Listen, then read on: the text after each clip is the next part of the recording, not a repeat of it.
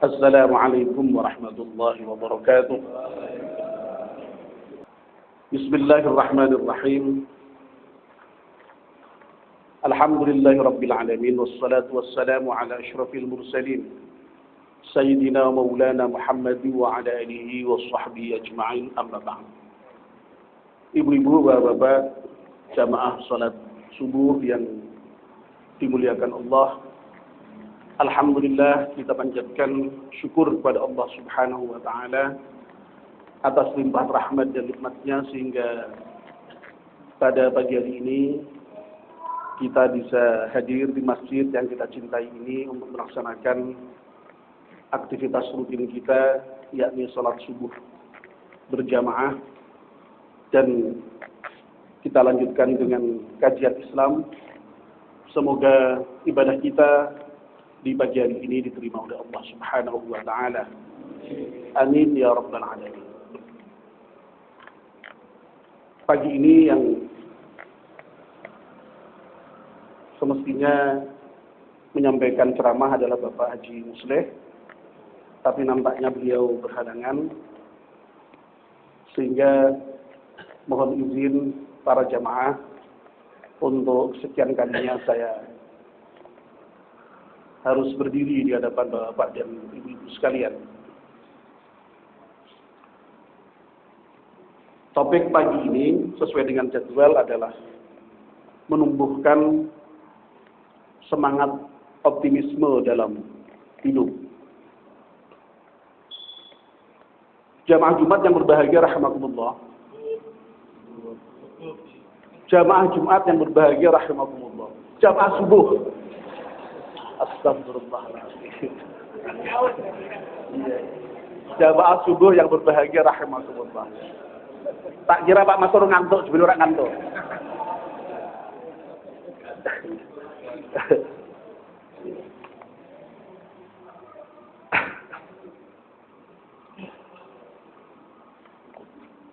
Sudah menjadi bagian hidup kita bahwa hidup itu selalu ada masalah, bahwa dalam hidup kita itu selalu ada persoalan dan masalah atau persoalan hidup yang kita hadapi itu tentu bervariasi, bertingkat-tingkat, ringan dan beratnya. Kadang-kadang persoalan hidup itu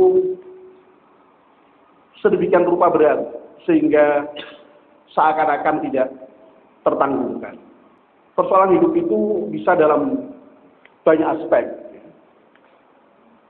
Bisa dalam aspek persoalan ekonomi, bisa dalam aspek persoalan kesehatan, bisa dalam aspek persoalan rumah tangga, atau persoalan apa saja. Dan kadang-kadang karena begitu dirasa beratnya persoalan yang dihadapi itu, seakan-akan lalu kemudian merasa tidak ada jalan keluar. Sehingga orang itu kemudian sampai mengambil langkah-langkah yang kemudian ya tragis. Misalnya sampai bunuh diri misalnya. Ini banyak kita jumpai di tengah-tengah masyarakat kita. Bahkan di dalam masyarakat tertentu itu untuk bunuh diri itu tidak harus menghadapi persoalan besar. Di Jepang itu tradisi bunuh diri begitu biasa itu. Kadang-kadang dengan sebab persoalan yang sepele. Tidak lulus ujian itu bisa bunuh diri kalau di Jepang. Nah, jamaah subuh yang dimuliakan Allah, agama kita, agama Islam itu agama yang menganjurkan kepada kita untuk tidak mudah putus asa di dalam menghadapi persoalan dan betul-betul mendorong kita agar supaya punya optimisme, punya harapan bahwa segala macam persoalan itu bisa kita atasi dan kita bisa keluar dari persoalan yang kita hadapi. Al-Quran bahkan dengan sangat tegas menyatakan putus asa itu dinilai sebagai sikap orang kafir.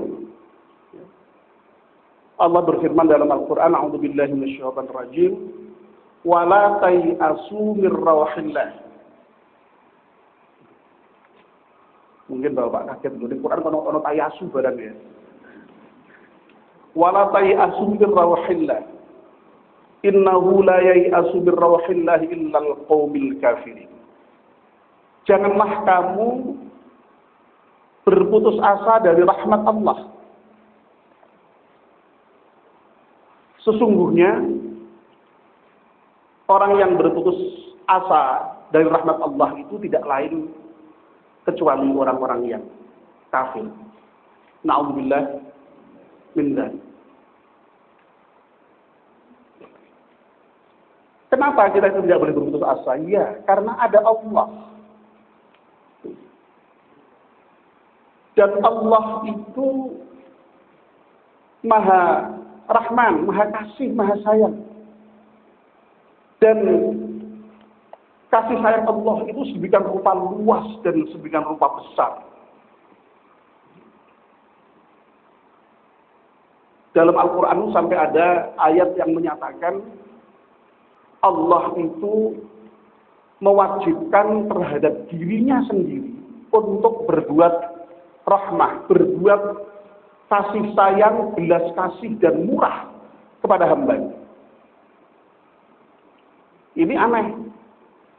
Kenapa aneh ya? Karena Allah itu sebenarnya ya Maha Kuasa, boleh berbuat apa saja, bebas,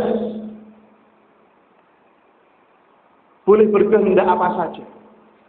Tapi dalam hal rahmah, Allah mewajibkan terhadap dirinya sendiri.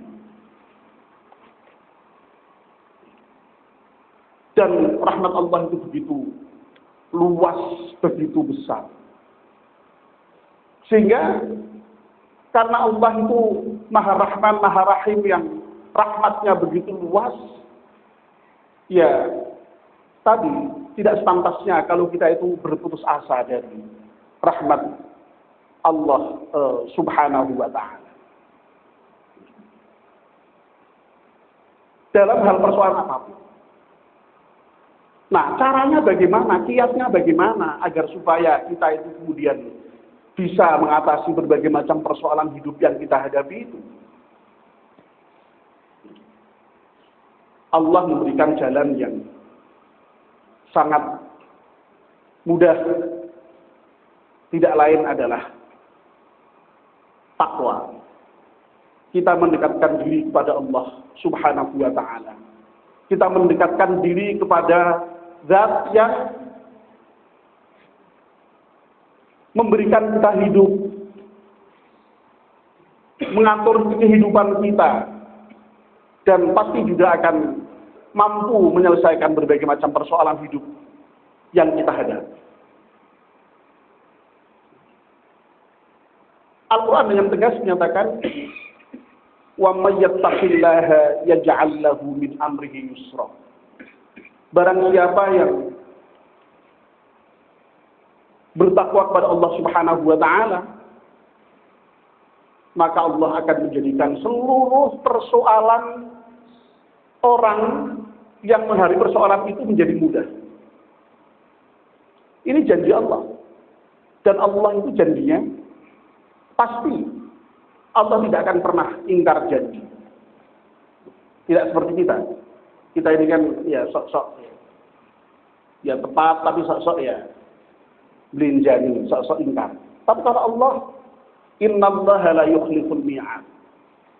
Allah tidak akan pernah menyalahi janji. Tegas sekali. Dan dalam surat Al-Insyirah atau Al-Nasrah yang saya bacakan tadi itu, Allah menggambarkan betapa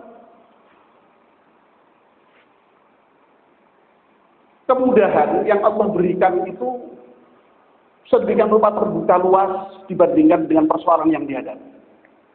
Allah menggunakan inna ma'al usri, di situ al-usri itu isim ma'rifah.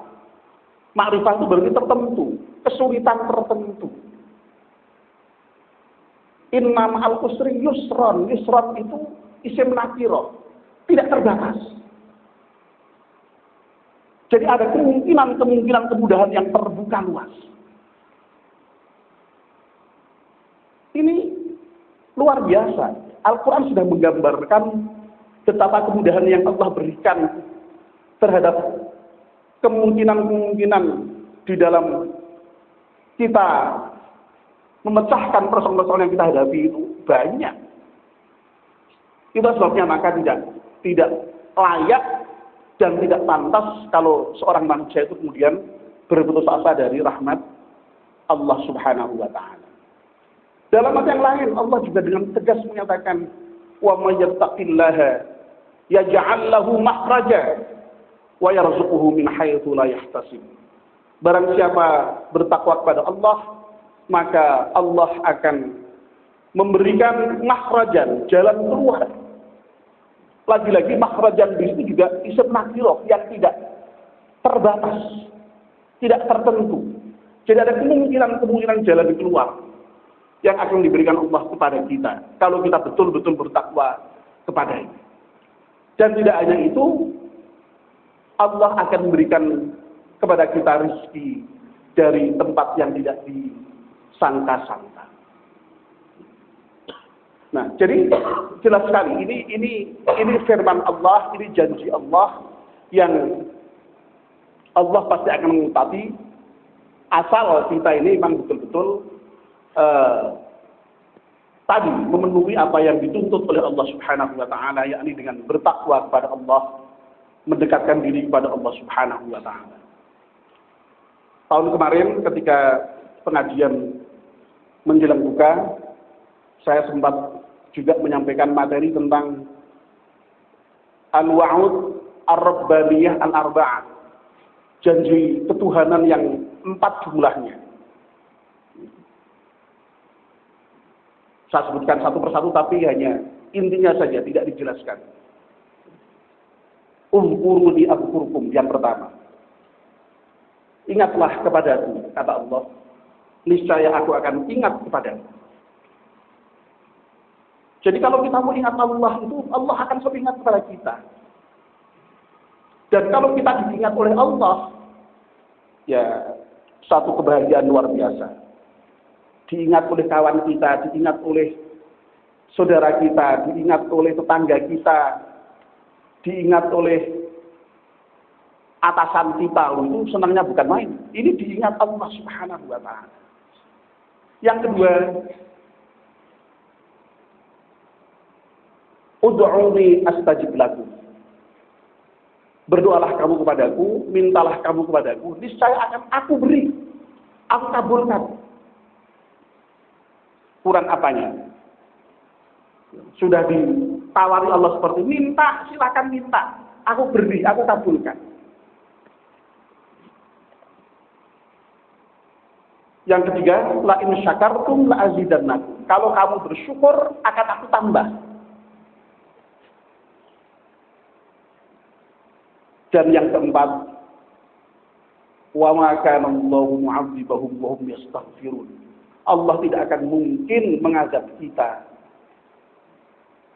kalau kita ini senantiasa beristighfar kepadanya. Jadi istighfar itu akan menolak azab dari Allah, menolak bencana dari Allah Subhanahu wa taala. Nah, ini janji-janji Allah yang sekali lagi kalau kita meyakini dan kita mau mengamalkan apa yang dituntunkan oleh Allah Subhanahu wa taala, kita pasti akan menjadi optimis, tidak pernah optimis. Baik itu menyangkut diri kita maupun juga ketika memandang orang lain. Kita itu kan seringkali kalau memandang orang lain atau juga diri kita itu seakan-akan kalau sudah berbuat dosa, termasuk persoalan dosa juga, kesalahan juga. Seakan-akan sudah tidak ada kemungkinan untuk memperbaiki. Tidak. Dulu ada lagunya Ebit yang sangat terkenal ya. Apa itu dulu yang? Apakah bila terlanjur salah akan tetap dianggap salah? Tak ada waktu lagi benahi diri, tak ada waktu lagi untuk kembali. Ya. Tidak selamanya. Kalau orang buat salah, ya biar salah. Tapi ada kemungkinan untuk diperbaiki. Ada waktu untuk kembali kepada Allah Subhanahu wa taala. Kita kan enggak. Kadang-kadang kalau orang sudah terlebih salah itu, ya, berbuat salah itu lalu kemudian selamanya kita akan menganggap orang itu jelek. Belum tentu. Kalau mereka tobat, kalau mereka kemudian berbuat lebih baik dari kita, bisa lebih baik dari kita bahkan akhirnya. Nah ini yang perlu kita pahami. Makanya dulu saya pernah menyampaikan orang sampai membunuh orang 99 bahkan digeluti 100 pasti bisa diampuni Allah kalau mau bertaubat. Ya tapi pesan saya ya tidak usah membunuh orang lah untuk bertobat ya. Untuk kembali pada Allah tidak usah membunuh orang, tidak usah mencuri, tidak usah berzina. Tapi kalau sudah terlanjur, kan pengen meneh kadung terlanjur. Masih ada waktu untuk benahi diri, masih ada waktu untuk kembali. Kita optimis akan rahmat Allah Subhanahu wa taala. Amin ya rabbal alamin. Wassalamualaikum warahmatullahi wabarakatuh.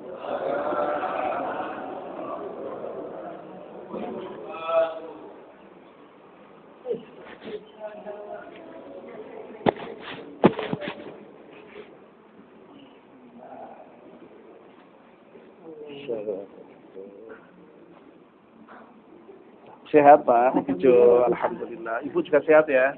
Iya. Oke Pak, sehat Pak kita. Poso-poso ya. Tambah sehat.